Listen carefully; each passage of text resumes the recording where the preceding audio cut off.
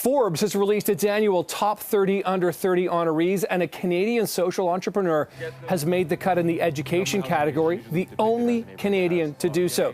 And making a pit stop here before heading to the big show tomorrow in the Big Apple is Curtis Carmichael. Curtis, we're so glad you're here. Congratulations on this kind of recognition. What a remarkable achievement. What's it feel like to be the only Canadian in the education category, top 30 under 30 in Forbes magazine? Yeah, it's huge. I think for me, I have this compass since I was a kid. I said the opportunity is not universal, talent is. And when I was on it, I'm like, oh, this is supposed to happen. So no, it's definitely an honor just to amplify the community and what's going on in the city. You talk about being it's supposed to happen, but your road to where you've come from to where you are is pretty remarkable. I mean, you talk very openly about, a childhood drug dealer, from Scarborough, working your way up to this incredible level, like a great education and the social entrepreneur that you are. How did you do that? What was this evolutionary process like? Yeah, the process was interesting. When I was early in my childhood, I heard this quote from O.G. that said, "The master's tools would never dismantle the master's house."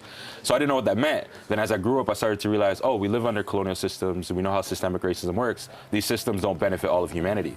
So I had to think of, like, how do I, as an educator, move our community towards intersectional justice and educational freedom?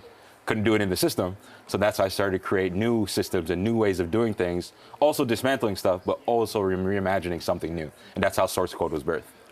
Let's talk about the difficulty of that, though. I mean, you're talking about some pretty big things, institutional racism, and things that really have held a lot of people back and down. Not easy to overcome. So what was it about how you came about the code and the system to sort of get you there? Yeah, so I think my experience is interesting. So all the people who were demonized by society were my influences. So people were on the corner selling drugs, parents have multiple jobs, people in and out of prison. They mentored me and they said, like, you need to learn how to read the world because literacy is liberation.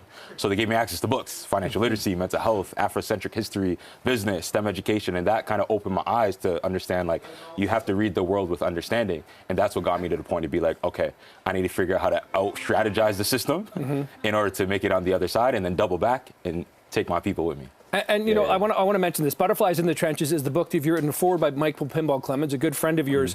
I mean, this book, I haven't read it, to be quite honest, but it tells your story here. And I want you to talk to people about what's in the book and what they can learn from this book, or even from your social, because you're giving it to people on various platforms. Yeah, definitely. So the book is interesting. So Butterflies in the Trenches is the world's first augmented reality memoir. So there's a mobile app that brings the book to life through interactive visual and audio elements. But the thesis of the book is breaking the cycle of poverty and preparing for the future of work, but preparing young people to do the same.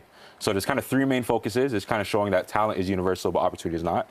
Success is not making it out. It's making your life and community better. And my favorite for all communities is everyone's gifted. We just need the right platform and opportunity and the caring people around us to help us unwrap those gifts. So that's kind of like the focus of the book. Curtis, I love this. Yeah. This is phenomenal.